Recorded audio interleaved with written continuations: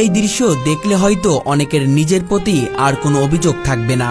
কষ্টের কথা বলা আর কষ্টকে বুকে আগলে রেখে পথ চলা, দুয়ের মধ্যে অনেক পার্থক্য। আর সেই পার্থক্যটা আমাদের চোখে আঙুল দিয়ে দেখিয়ে দিয়েছেন এক শতবর্ষী নারী ফজিলতুন্নেসা। 110 বছরের পথ পেরিয়ে এসেছেন তিনি। সময়ের ভারে শরীরটা বেঁকে গেছে, কুঁকড়ে গেছে চামড়া।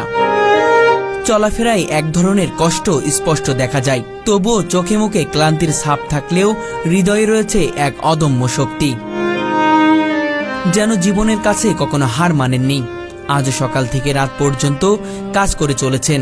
কষ্ট করানো ভালো, হাত পেটে খাওয়ানো ভালো না। ফুটপাতে বসে কাঁচা আম, শশা আর আমড়া বিক্রি করেন তিনি।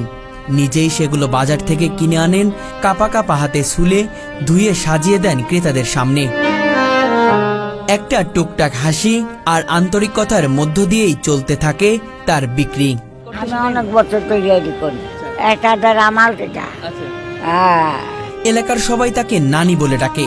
যারা নিয়মিত তার কাছে আসেন তারা বলেন, আমরা শুধু শশা কিনতে নয়, আসলে নানি ফজিলতুন্নেসার সাথে একটু হাসাহাসি করতে আসি। এই বয়সে সাধারণত মানুষ শয্যাশায়ী হয়ে পড়ে, অথচ ফজিলতুন্নেসা যেন এক অদম্য ধাতব্য শরীরের মানুষ। কোনোদিনও কারোর কাছে হাত পাতেননি।